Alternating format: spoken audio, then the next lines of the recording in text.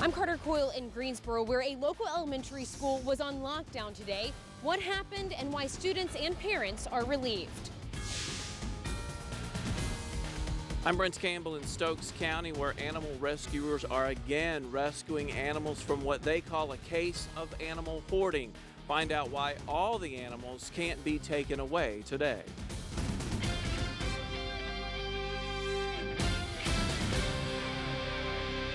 Good evening. A lockdown at a Piedmont school giving parents, teachers, and students quite the scare. This all happened at Archer Elementary School in Greensboro just after noon today when police say a man kicked in a classroom window.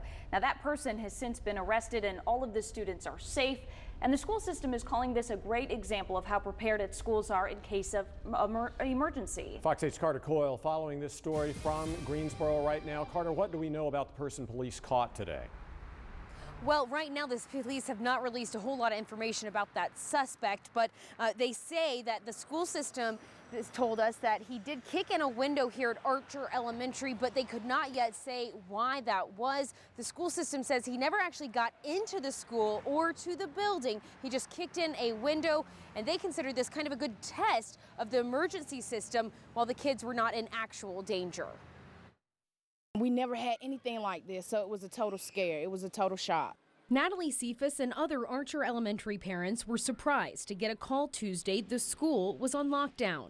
My friends called me that says it happened at school, and I come quickly to ask them and to find out if my son is okay, you know. Cynthia Shaw-Kahn with Guilford County Schools says someone outside the building kicked in the window of a fifth grade classroom. There were students inside the room at the time who were then evacuated as the school went on lockdown. Solomon Kassour was in the cafeteria when it all happened. One class left, so then I heard a scream. So when we went out of the cafeteria, I heard a girl tell me that there was a man broke into her classroom.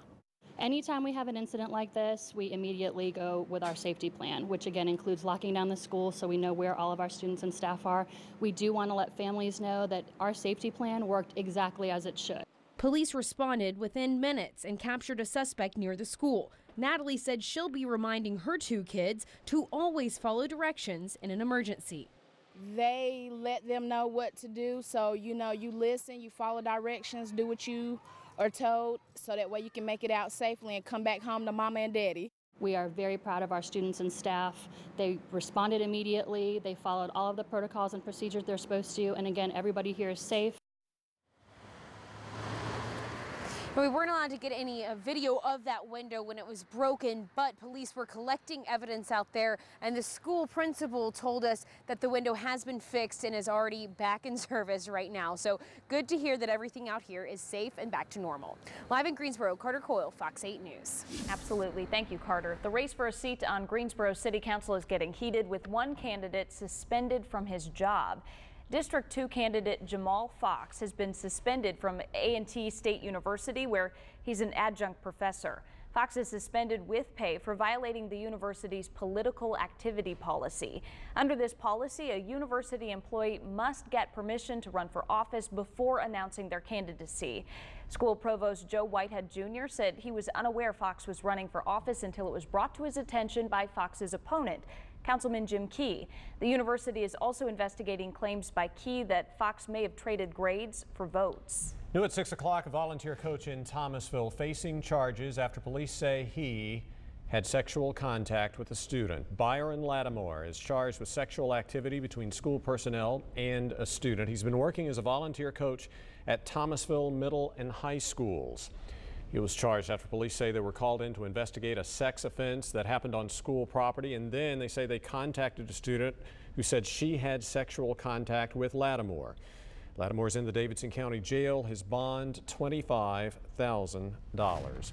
New details this evening in the Highland Court murder investigation in Greensboro. Today we learned Mildred Martin, 72 years old, was found stabbed to death in her home back on October 9th. Today, police also told us they found her car in another neighborhood, but they aren't saying how it got there.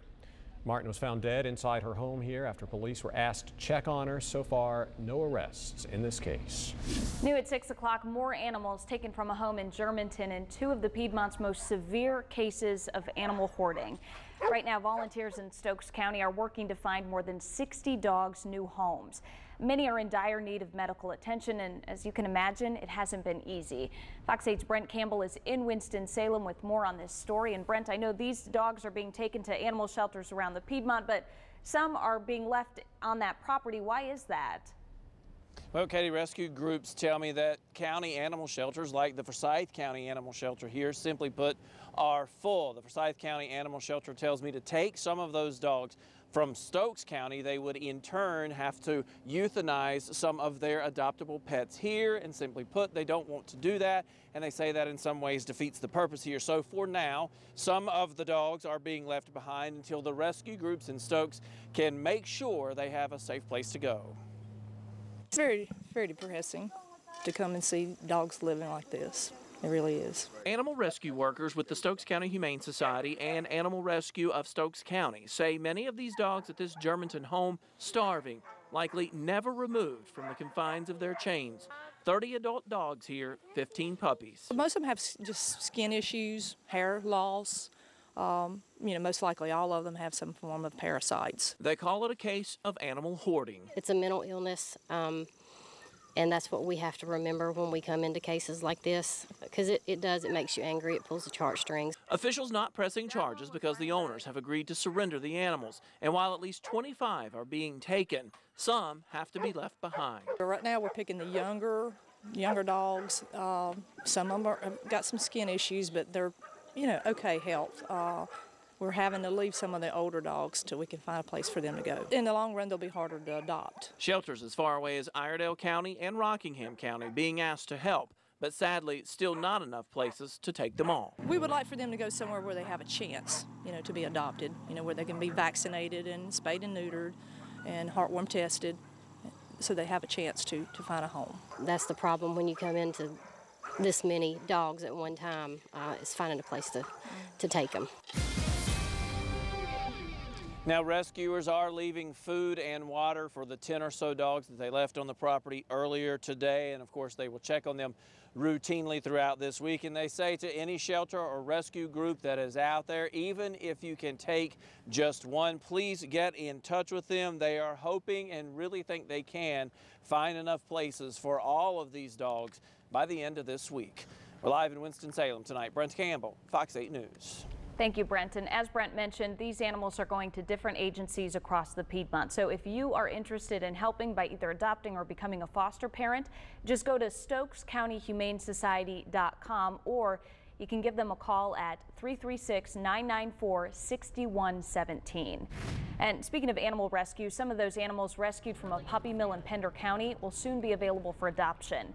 The Guilford County Animal Shelter says at least 7 of the animals will be ready this weekend. More than 100 animals, including a goat and chickens, were found at a home there earlier this month.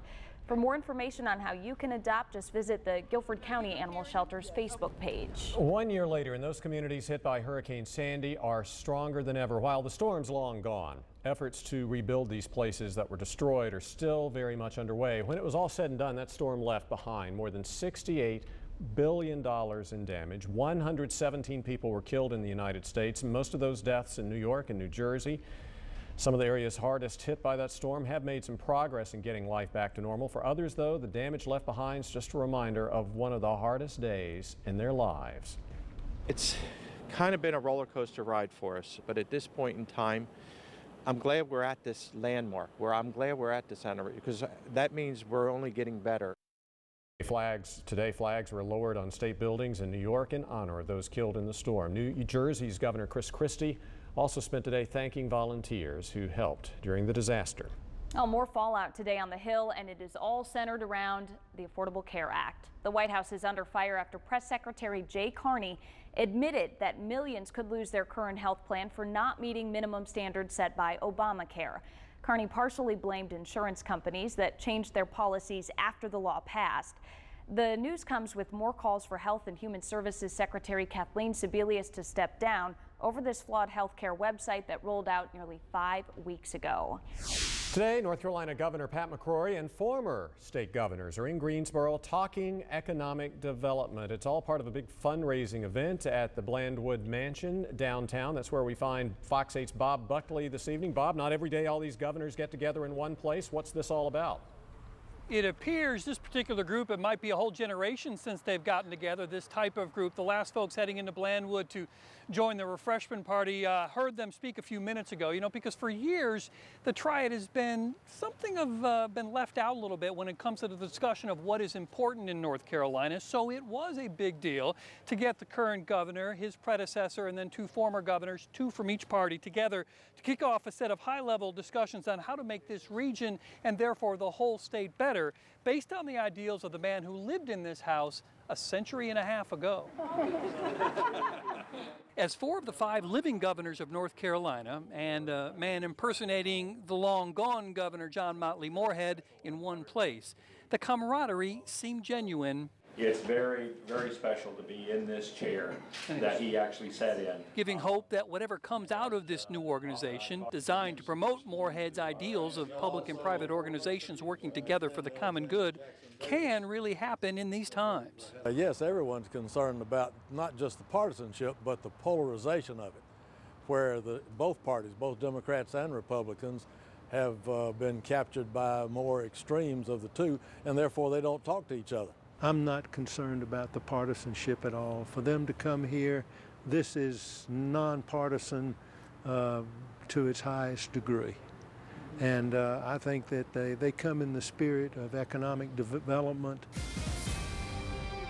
That is one of the 4 pillars of Governor Moorhead's ideals of economics: education, manufacturing, architecture, and preservation. They're going to have these forums over the next several years, should all be here in Greensboro. The big challenge, of course, then, is taking that talk and turning it into concrete action that helps everyone else. So you may be wondering, what about that 5th living governor, Mike Easley? He was indeed invited, but he's in Dallas today. We're live in Greensboro. Bob Buckley, Fox 8 News. The weather outside today is great, but we do have a period coming this week when it's going to be a little bit different. Will it have anything to do with interrupting trick-or-treating or Friday night football? We got the latest forecast for both of those and a look into your weekend coming up next. And are you still looking for a way to send this year's Halloween party over the top? Well, grab the chainsaw, break out the ice. Chef Al Romano of Guilford Technical Community College is here showing us a unique way to decorate for Halloween. We'll be right back.